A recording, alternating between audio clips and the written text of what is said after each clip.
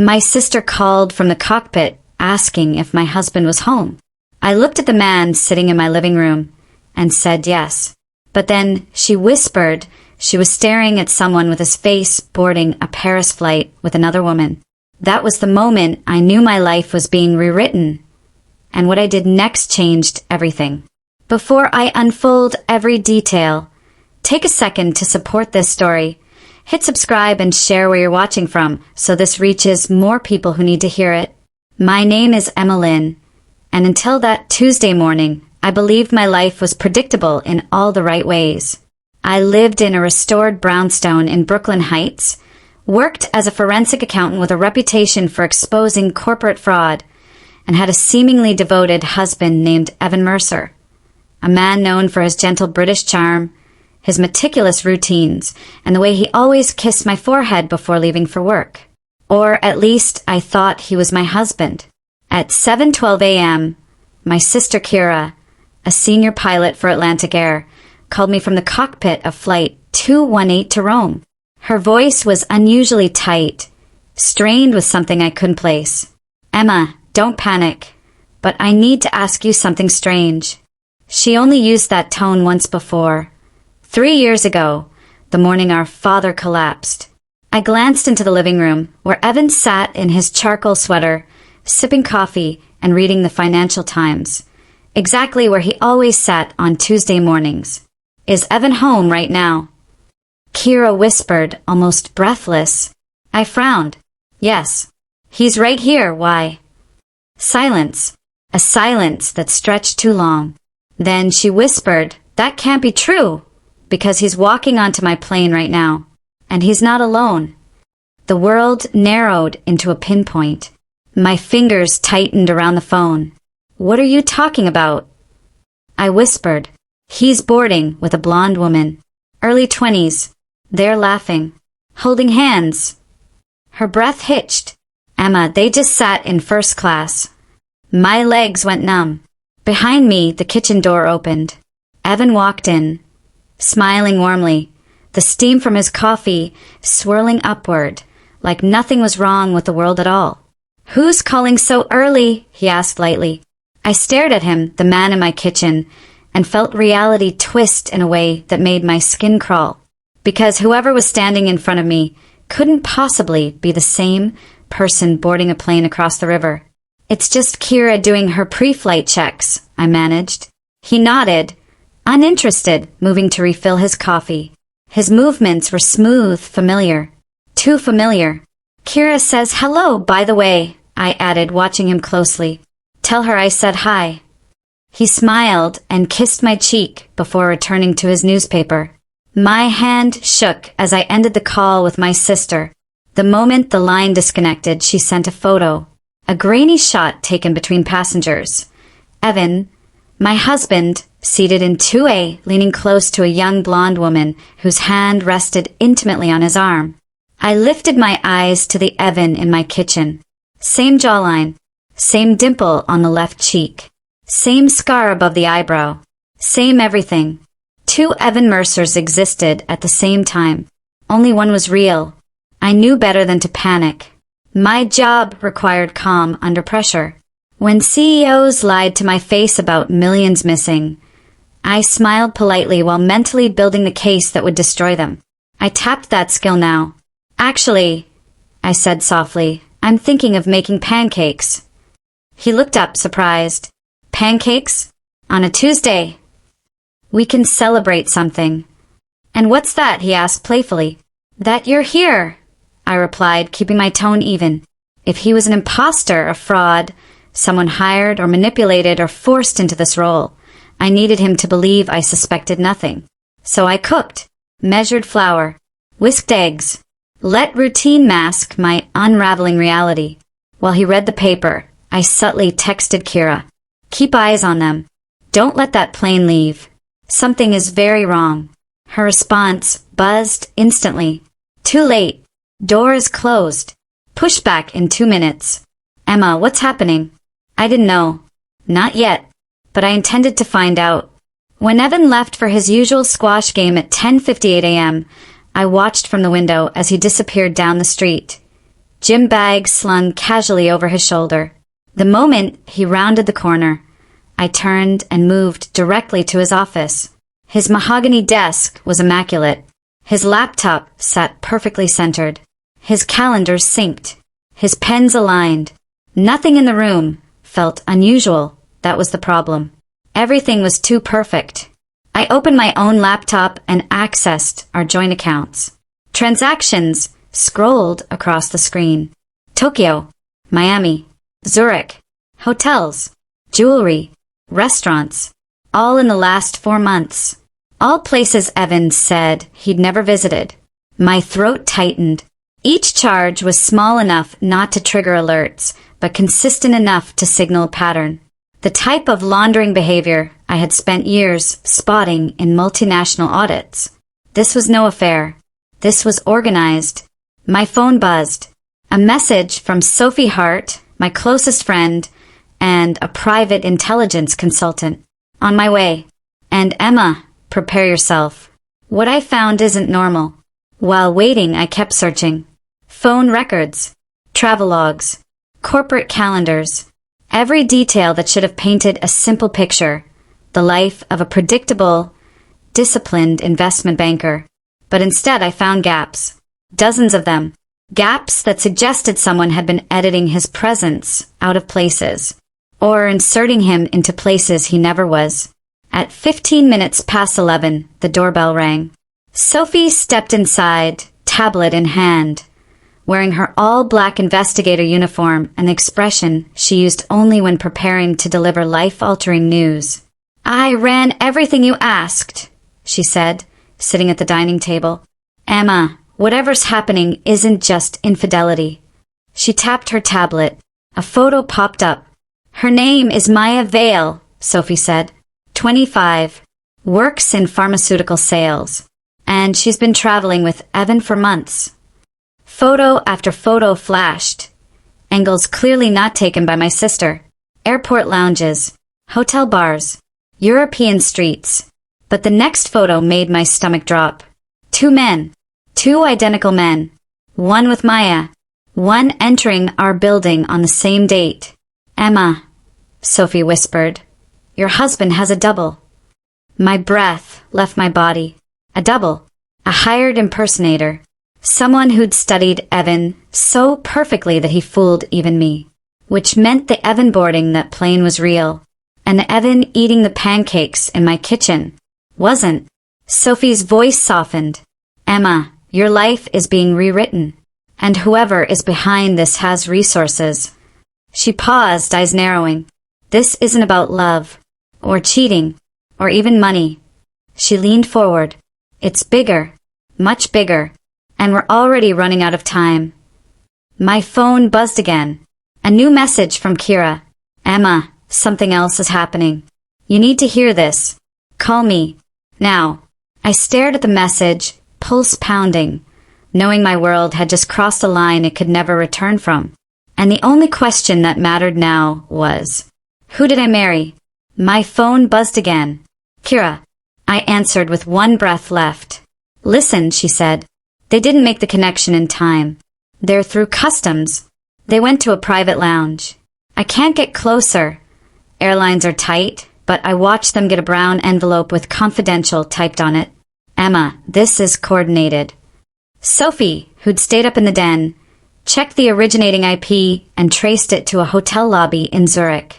The timestamp aligned with a travel receipt we'd obtained earlier.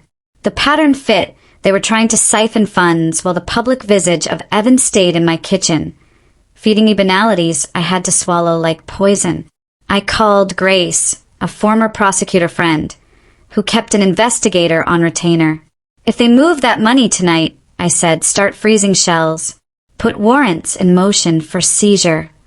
Her voice was low but decisive. "We can't move without forensic confirmation, Emma. But I'll get a team ready. If you give me the probable cause package, we can act fast." I sent Grace the ledger, Marcus logbook photos, the flight lounge shots, and the storage unit receipts. My fingers shook as I hit send. Every line I wrote felt like a charge laid in a minefield. We were not done. We needed public pressure. We needed witnesses who would remember seeing Evan in places he was not. Kira volunteered to keep tail on Madison and to feed us live photos. Sophie scraped metadata from Instagram tags and matched geolocation stamps to Evan-branded hotel folios. By dawn, the plan had teeth. Marcus agreed to wear a wire. The bank accounts were flagged. 3 client firms had agreed to audit suspicious transfers. And me?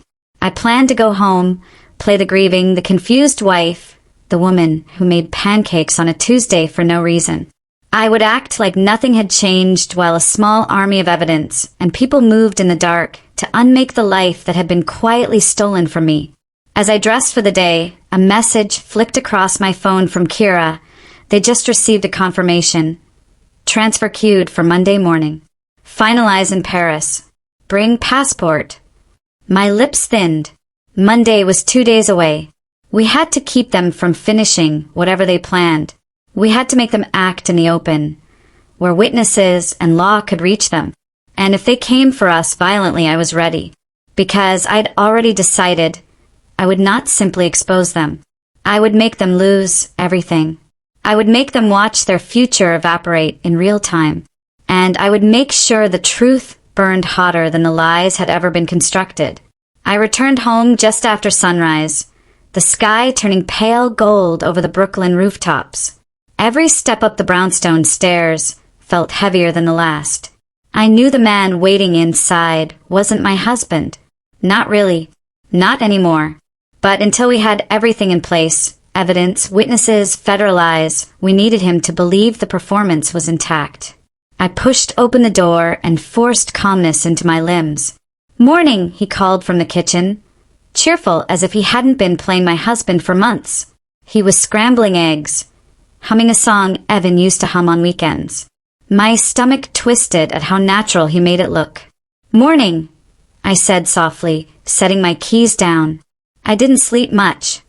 He glanced at me with concern, too perfect to be real. "You work too hard, Emma." Inside, I wanted to laugh. If he only knew how hard I was working now. But on the outside, I smiled faintly and let him believe I was tired from spreadsheets, not surveillance. I took a seat at the counter. "You have plans today?" He nodded without hesitation. "Gym. Then lunch with Parker at 1. Then home early." That told me 2 things.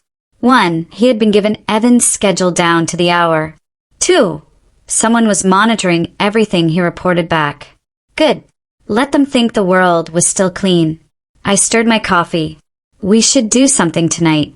Maybe dinner at the new seafood place on Henry Street. His fork paused midair. The real Evan hated seafood. So did the imposter.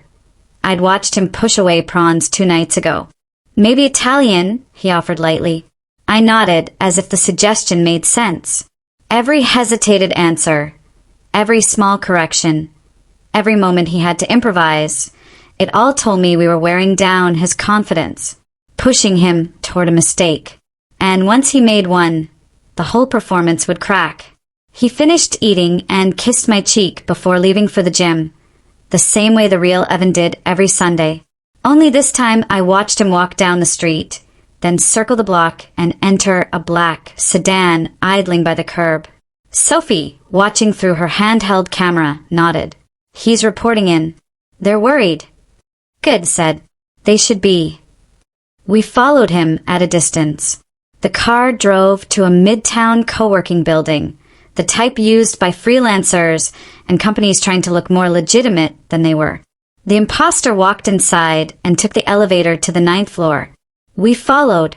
Inside the hallway, Sophie pretended to search her bag while her hidden camera captured everything. Marcus, still in character, knocked 3 short taps. The door opened a crack, just enough to see a woman's silhouette. Her voice was sharp. "You weren't answering for 20 minutes." He swallowed. "She came home early." "Did she see anything?" "No, I handled it," he insisted. My jaw clenched. Good actors lie with ease, but guilty ones over-explain. Sophie touched my arm. "We need a clean recording. We'll come back." We stepped away before the woman opened the door further. Sophie grabbed my elbow and guided me toward the stairwell. That wasn't Madison, she whispered. Different height, different build. This is another handler. How many people are involved? More than 2, Sophie murmured. This is organized. We returned to the street and watched the windows from the opposite sidewalk. The blinds stayed half-drawn, figures moving like shadows behind them. Once the trap activates, Sophie said, they'll panic. They'll try to run. That's when federal teams will move fast. And if they disappear before then? We won't let that happen. I exhaled slowly. I need to talk to Grace. Grace met us at a quiet diner near Columbus Circle. She slipped into the booth opposite me, wearing dark sunglasses despite the cloudy day. You both look exhausted, she said. We are, I admitted. So what's new? She asked, pushing her tea aside. I showed her the video Sophie had captured. The knock, the woman's voice, the disguised interaction. Grace's eyebrows lifted. That voice is familiar. You know her. Not personally, she said, but I've heard her testify. That's Veronica Wells. Used to be a consultant for a securities firm. She got fired 2 years ago after an insider trading investigation. So she's tied to hedge funds, Sophie said.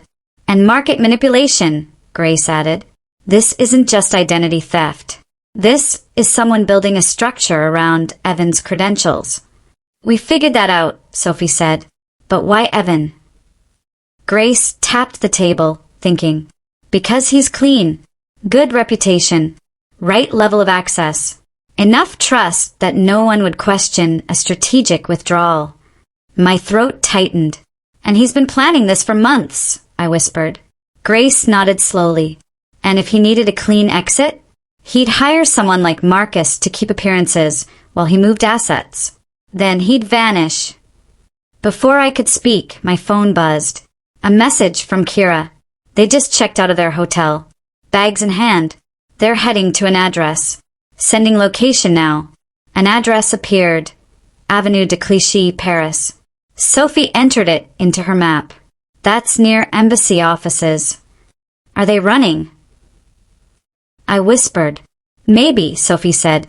Or maybe finalizing something. My eyes hardened. What do we do next? Set the final trigger, Sophie said. And wait.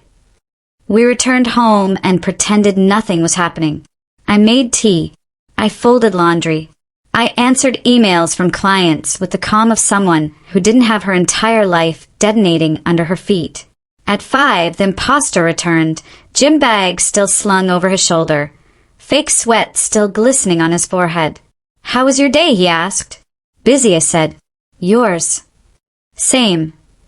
He said it too quickly. We ate dinner watching a cooking show. He laughed at the same jokes Evan used to laugh at, mimicked the same reactions, the same micro-gestures. But now I knew who he was, and I wasn't afraid anymore.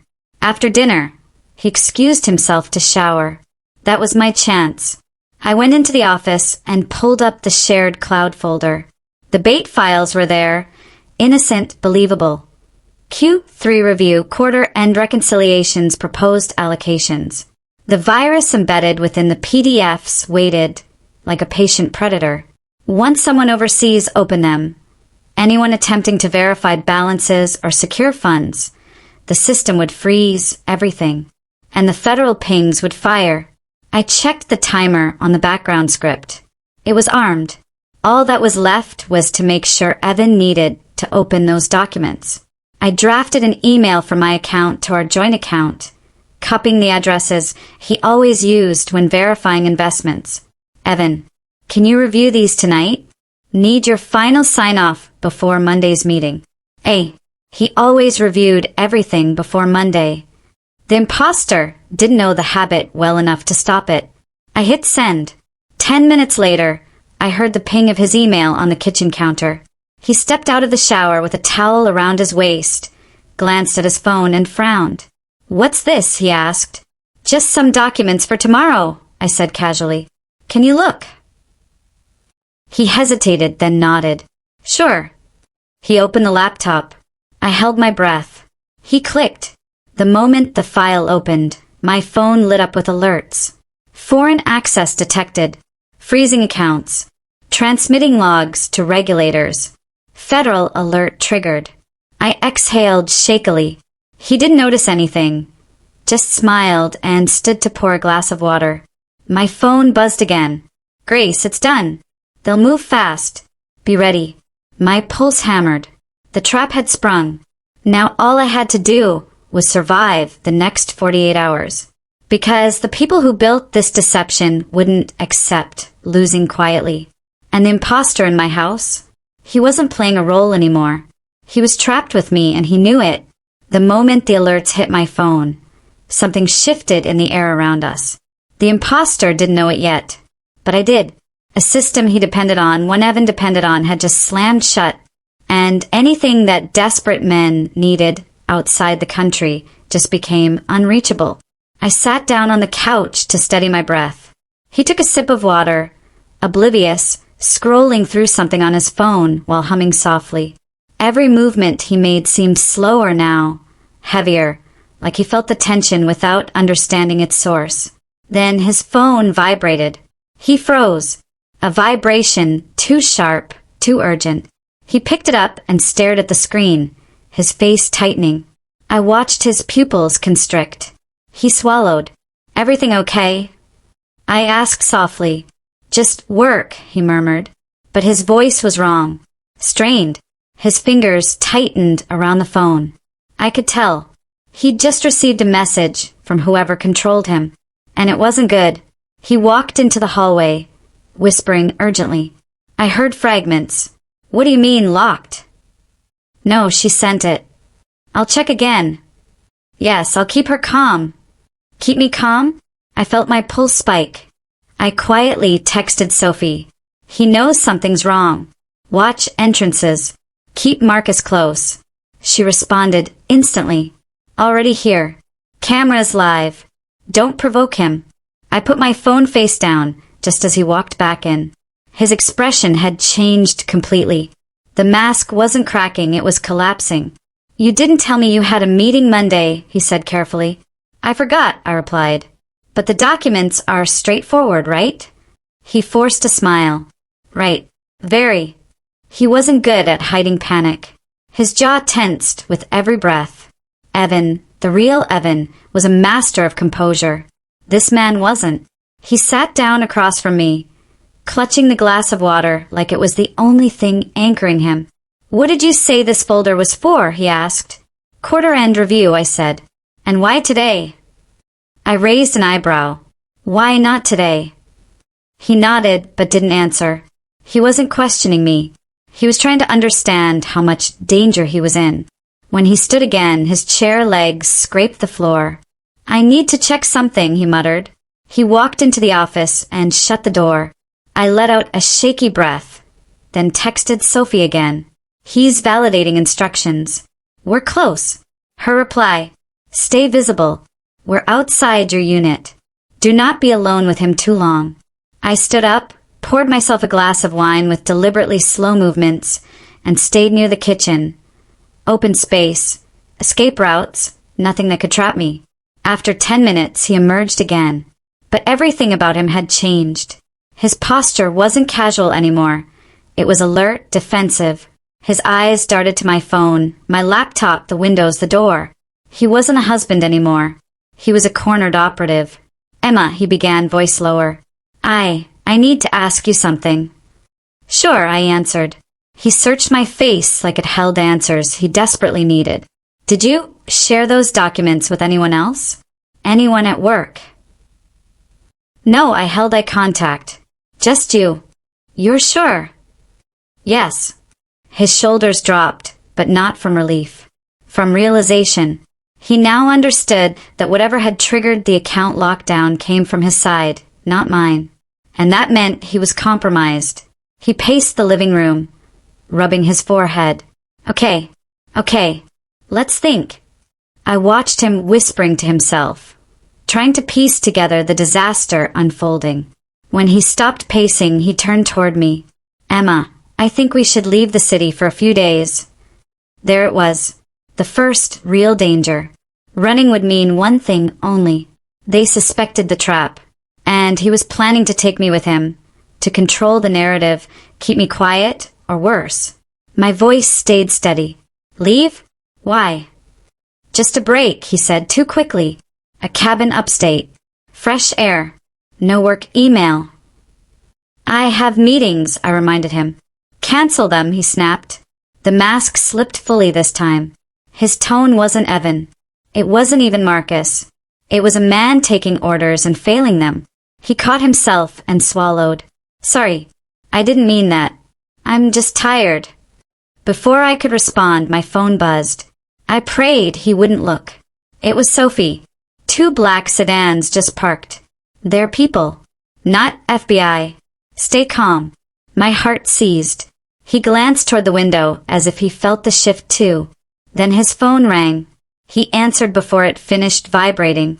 Yes. A pause. What do you mean she triggered it? Another pause. I said I'll handle it. He hung up, hands shaking. He turned toward me, stepping forward. Emma, he said slowly, I need your laptop. No. That stopped him. No, he repeated. You don't have access to my work files, I said firmly. His jaw tightened. Emma, give me the laptop. Why? Because I said so. He took another step toward me, and I stepped back. His breathing grew louder, harsher. This was the most dangerous moment yet.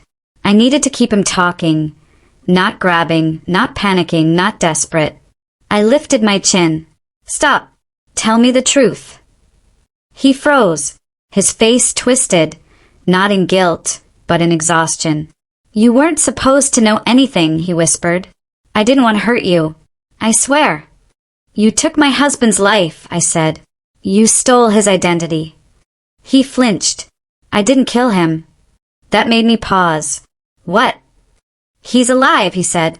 We all needed him alive. Just gone. My stomach dropped. He wasn't lying. His eyes didn't shift the way Marcus had when he lied. Where is he? I demanded. Somewhere safe, he said, until everything is finished. Finished how? He hesitated, until his phone buzzed again. One word flashed across the screen before he declined it. Eliminate. My blood turned to ice. He stared at the phone like it had betrayed him. They weren't supposed to. A knock sounded at the door.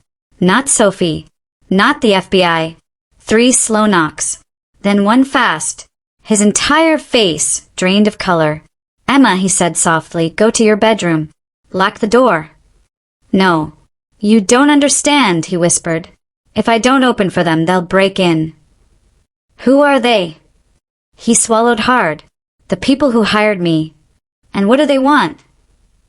He didn't answer, because the truth was obvious. They wanted to tie up loose ends. Another knock. Harder. He backed away from the door, panic overtaking his expression. Emma, please, he whispered. Just hide. And then, the door handle turned. Slowly, deliberately. Someone on the other side began to push.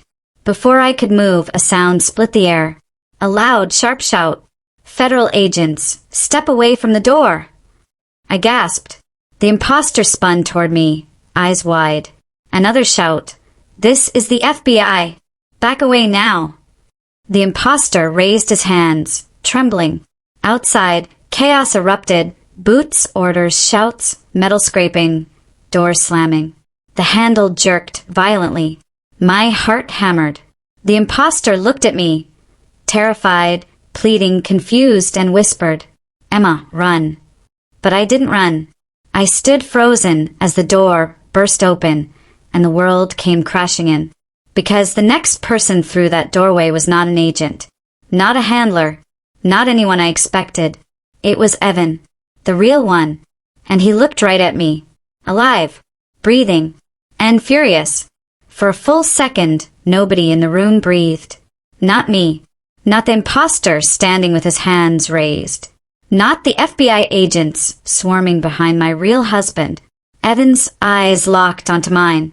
And seeing him, alive, furious, and walking toward me with the force of 7 months of betrayal behind his gaze. Hit me like a physical blow. His face was thinner, his jaw tighter, his hair longer, messier, unkempt. His entire existence in that doorway looked like a man carved out of survival instead of comfort. "Emma," he breathed. My knees nearly gave out. But this wasn't reunion. This wasn't relief. Because Evan wasn't looking at me with love. He was looking at me like I had betrayed him. The imposter, Cole, backed up slowly, hands trembling. "Evan, man, I swear I didn't touch her. I didn't hurt her. I was just playing my part." "Shut up," Evan growled. It wasn't the voice I knew. It was rougher, colder. The voice of someone who had been pushed to his psychological edges. 2 FBI agents pulled Evan back, shouting over him, "Sir, stand down. Let us secure the suspect." Cole dropped to his knees, instantly, hands on his head. Sweat dripped off his face. One agent moved toward him, cuffing him with practiced efficiency. Meanwhile, Evan shoved against the agents, holding him back. "I'm talking to my wife," he barked. "Let me talk to her." But they didn't release him. Probably because Evan didn't look like a victim right now. He looked like a threat. Finally, one of the agents stepped between us. "Mrs. Barrett, we need to escort you out. We need to secure both men separately for questioning." "No," my voice cracked. "I'm not leaving until I hear what happened." The agent looked at me, torn between protocol and compassion. And then Evan stopped resisting. His chest rose and felt like he'd run miles. He let the agents hold him, but didn't take his eyes off me. When he finally spoke, it wasn't loud. It wasn't angry. It was something far worse. "You believed him." I blinked. "What?" Evan's jaw clenched. "You lived with him, slept next to him, ate dinner with him, and you didn't know it wasn't me." "That's not fair," I whispered. "Not fair." His laugh was hollow. "You didn't even question it." "I did. I figured it out. After 3 months." His words hit harder than any slap. Cole, still on the floor in cuffs, shook his head. "Man, she's the only reason you're not dead. They sent that elimination order hours ago." "Shut up," Evan snarled again. "I didn't know who to look at. The man who stole my husband's life, or the man who believed I replaced him without noticing." Before I could answer, the lead agent, Brennan, cut in. "That's enough. Both of you." She signaled her team. "Separate them." They dragged Cole out first. He didn't fight. He just looked back at me with strange sadness. "I'm sorry, Emma," he said softly. "I really am." Then he disappeared down the hall. Now only Evan remained. The agents eased up, but didn't let him move toward me. His eyes were still locked on mine, full of something I couldn't name. Something broken. Something grieving. Something dangerous. "Where did they take you?" I whispered. His expression shifted, anger softening into something darker. "They didn't take me," he said. "I went with them." I froze. "What do you mean?" "I knew too much," he said quietly, "about the hedge fund, the illegal trades, the laundering. I tried to expose them." My heart stopped. "You were the whistleblower." He nodded once. "They found out before I could go public, and they gave me a choice." "What choice?" He exhaled a harsh, hollow sound. "Disappear or die." My throat closed. "They said they would protect you," he continued. "That they needed to use my identity for a few months to finish a larger operation. That if I agreed, you'd never be in danger." "They lied," I whispered. "Yes." His eyes burned. "And you believed their replacement." "I didn't know." "But you didn't question it," he shot back. My eyes stung.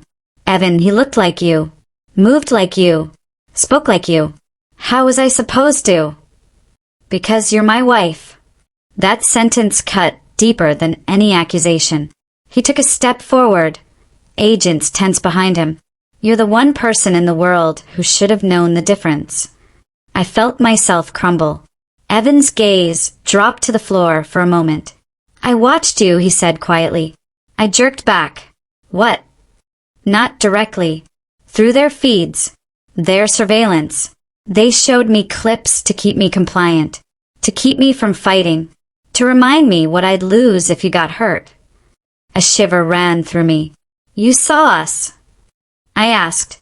Me and Cole. He nodded. Did anything inappropriate? No, his voice cracked. You were loyal. Completely. And you still didn't know. It was an accusation now. It was devastation. The agents started moving again, guiding him toward the door. We need to take him in, Brennan said. He's a key witness, but still part of the investigation. Evan didn't resist this time, but as he reached the doorway he turned back. And the look he gave me, it was the look of a man who'd loved me fiercely, and didn't know how to anymore. Emma, he said softly, I don't blame you. But the break in his voice told another story. Then he was gone. The door shut behind him with a dull echo. My knees finally buckled, and I sank onto the floor, trembling, not from fear, not from relief, but because now I finally understood the truth. I hadn't just been living with an imposter. I had lost my real husband months before, and getting him back might be the most dangerous fight yet. The apartment felt too quiet after Evan was taken away. Not peaceful, not safe, just wrong. Like a stage after the actors leave, but the lights won't turn off.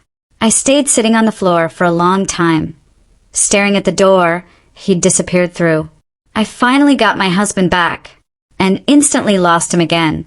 When I could finally breathe without shaking, I stood, grabbed my phone, and called the only person who could ground me. Sophia. She answered before the first ring finished. Emma? What happened? Are you safe? I swallowed hard. They brought Evan back. Silence. Then. What? He's alive, I said softly. He was here. With the FBI. They found him during the takedown. Oh my God. Sophia exhaled sharply. Emma, that's good news, right?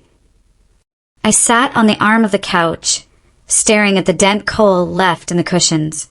I don't know, I whispered, because relief wasn't what hit me when I saw Evan. What hit me was guilt. A different type of guilt, the kind I didn't know how to confess, even to myself. Sophia's tone softened. Tell me exactly what happened. So I did. Everything. Cole on the floor. Evan breaking. His anger. His disappointment. His sentence. You believed him. When I finished, Sophia spoke slowly, choosing every word. Emma, he's traumatized. You didn't fail. He just needs time to separate the mission from your marriage. I wanted to believe that, but Evan's face, he wasn't confused. He was hurt, and there was nothing more dangerous than a brilliant man hurting. Before I could respond, the doorbell rang again. Not aggressive like before. 2 late, polite knocks. I froze. Sophia heard it. Do not open that door unless you know who it is. I walked slowly toward the peephole and looked. Agent Brennan. Alone. I unlocked the door. She stepped inside, her expression unreadable. We have updates, she said, and you need to hear all of them. I nodded numbly, pulling myself together. Sit, she said gently. I obeyed. She stood in front of me like she was delivering a medical diagnosis. First, your husband is safe. He's in federal protective custody. He was part of a covert investigation into an international insider trading ring. I nodded. He told me some of it. He didn't tell you the rest. Her face tightened slightly. He didn't go with them voluntarily. My breath caught. What do you mean? They didn't just offer him a deal, Brennan said. They threatened him. Hard. Threatened how? She didn't blink. They told him they had surveillance on you. That if he didn't cooperate, someone would make sure you disappeared. My stomach dropped. So he did it to protect me, I whispered. Yes. Brennan's voice softened. But that doesn't mean he wasn't angry. Being forced to watch your wife live with an imposter, that messes with the mind. He'll need time. I nodded again, tears blurring my vision. Not because of the danger, not because of the lies, but because he'd carried all of that alone. For months. What's the second update? I whispered. Brennan took a small breath. Cole has agreed to cooperate fully. He's already given us files, recordings, and everything he has on the operation. I closed my eyes briefly. Thank God. And the third update, she said, pausing, is the reason I came personally. Her voice shifted, more careful. The real mastermind behind this organization wasn't Evan's firm, or the hedge fund, or even Madison. She held my gaze. It was someone much closer. Chills went up my arms. Who? I whispered. Brennan stepped closer. We're working to confirm it officially, but based on Cole's documents, based on the communication threads, based on the financial transfers. Her jaw tightened. It looks like your sister's airline was used to transport encrypted drives for the operation. I blinked hard. Cale. No, Brennan said quickly. Not your sister, specifically. She hesitated. But someone high up in her airline. Someone with access to flight schedules and international manifests. Someone who intentionally placed Evan on the same Europe-bound route as one of their smugglers. I felt the room tilt. Cale told me, Brennan continued carefully, that this wasn't the first time she saw your husband boarding a plane without telling you. My heart clenched. No, I whispered. It couldn't be. But she cut me off gently. I'm not saying your sister is involved. I'm saying her employer is tied into something enormous. And she might know things she doesn't realize she knows. I closed my eyes. This wasn't ending. It was expanding. Exploding. Your sister, Brennan said softly, may be in danger now too. I looked up sharply. What do you need me to do? Stay put, she said. Do not contact Evan. Do not contact your sister. Do not make any moves that could alert the people behind this. We believe the organization is aware the operation failed today. They will be scrambling. And me? My voice barely came out. Brennan held my gaze with unsettling seriousness. You are now the only civilian who knows the full truth. That makes you the most valuable target and the biggest threat. I swallowed hard. What about Evan? I whispered. He's safe for now, she said. But the psychological fallout, that's something only time can fix. Time. Something we hadn't had for months. Something we suddenly needed more than anything. Agent Brennan walked toward the door, pausing before leaving. One more thing, she said. Cole told us something just before you arrived. My pulse quickened. What? She looked at me with a mixture of concern and urgency. He said the man who replaced your husband wasn't the only operative assigned to you. My breath vanished. There was a second one, she continued quietly. A woman. Someone who had access to your communications, your habits, your routines. A cold, invisible hand gripped my spine. Someone who studied you for months, Brennan said. I stood slowly. Who? I whispered. The agent's answer was barely audible. We don't know her name yet, but she was inserted into your life as a friend. Someone you trusted. My heart dropped into my stomach. Sophia. Kay. Grace. Every face flashed through my mind like gunshots. Brennan opened the door. We'll contact you when we confirm the identity. Then she was gone, leaving me standing in my empty living room, wondering which woman in my life wasn't actually mine. I didn't move for a long time after Agent Brennan left. Not a breath, not a thought, not a sound, just a single question echoing through my skull. Which woman in my life isn't real? The idea burrowed under my skin, like cold wire. Sophia, Grace, Kay. 3 names, 3 histories, 3 lives intertwined with mine. But one of them wasn't who she claimed to be. I pressed a hand to my forehead, trying to make sense of anything. but every memory I reached for suddenly twisted into a question mark. My phone buzzed. I jumped. A text from Kay. You home? Call me the moment you see this. It's important. Important. My pulse hammered. I didn't respond. Not yet. Not until I could breathe. I checked the door lock twice. Then checked the windows. Then checked every room in the apartment. Everything looked normal. But nothing felt normal. The quiet had changed. It felt watched. Observed. Like someone else occupied the silence with me. When I finally forced myself to sit, my encrypted phone buzzed. The one Sophia had given me. A message flashed on the screen. Do not trust anyone who contacts you tonight. Anyone. Wait for my call. Brennan. The warning chilled me, especially when not 10 seconds later, someone knocked. 3 soft taps. Not forceful. Not urgent. Too calm. Too deliberate. My breath caught. Emma, a voice called softly. Sophia. My stomach twisted.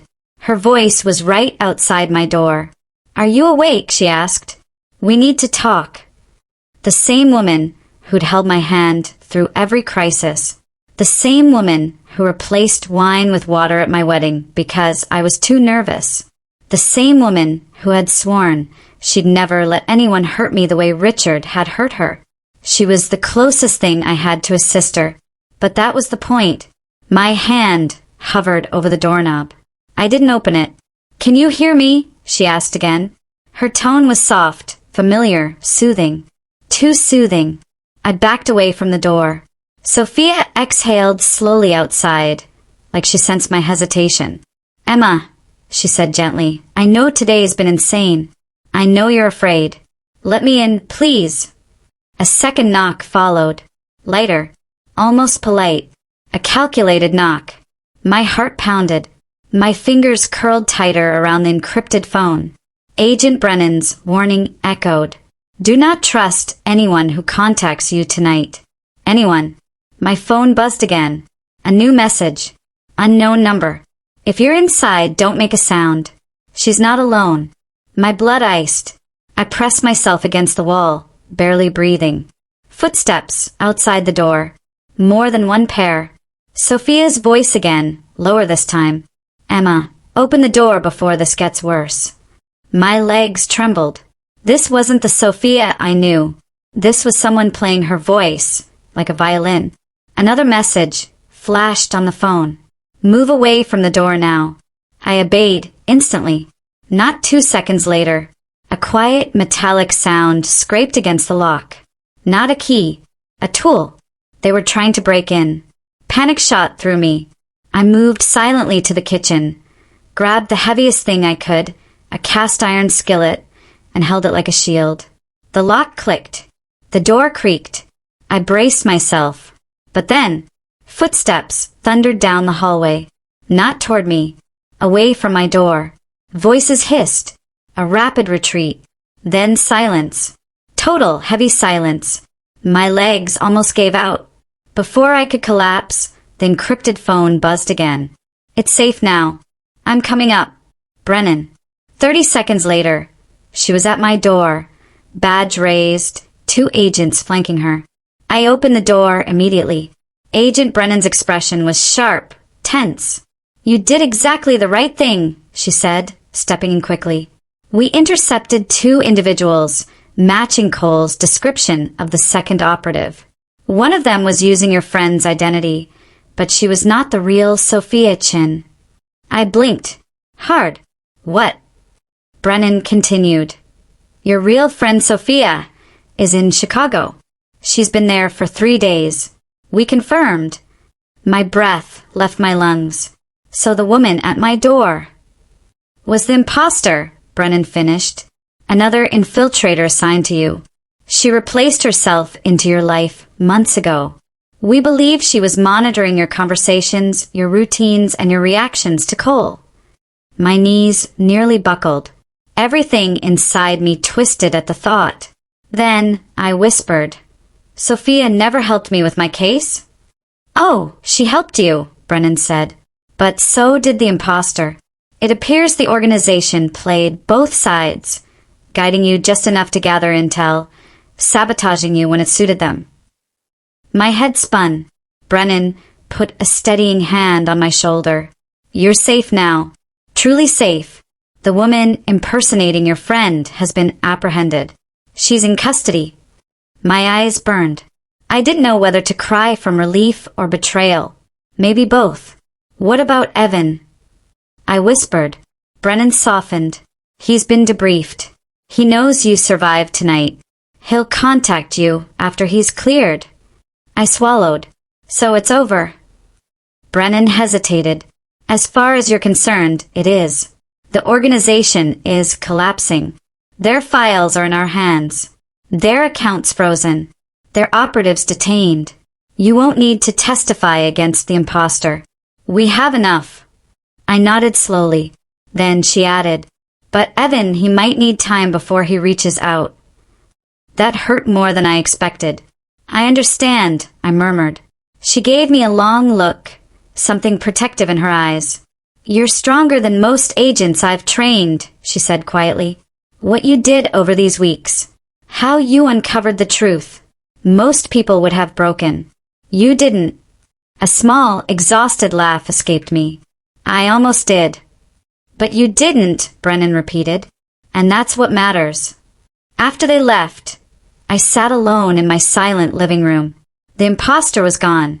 Evan was safe. The organization was dismantled. But the woman I used to be, the one who laughed easily, trusted easily, loved easily, she didn't live here anymore.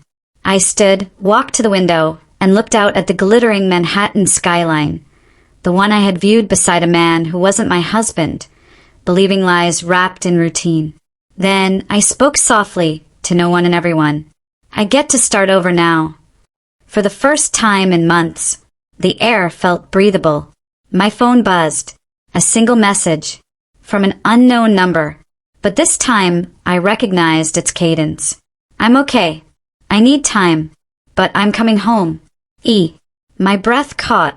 Hope flickered. For the first time. Not as fear. Not as panic. But as possibility. I typed only 3 words back. I'll be here. And I would be. Stronger. Smarter. Unbreakable. Because the world had tried to rewrite my life.